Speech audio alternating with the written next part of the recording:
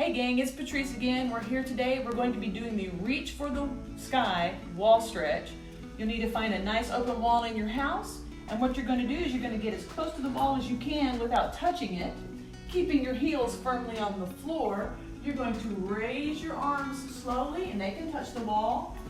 Reach as high as you can, lifting from the ribs and from the shoulders. Keep your chin level and stretch and hold this position for 30 seconds if you can. I'm only going to do it for 5, 4, 3, 2, 1. And now I'm going to go ahead and come back down, but I want you to do it for 30. And then I'm going to show you the challenge position, which you're still in the same place. When you go on the wall, as you raise your arms, you're going to come up on your toes, which might necessitate you moving your feet back just a scotch.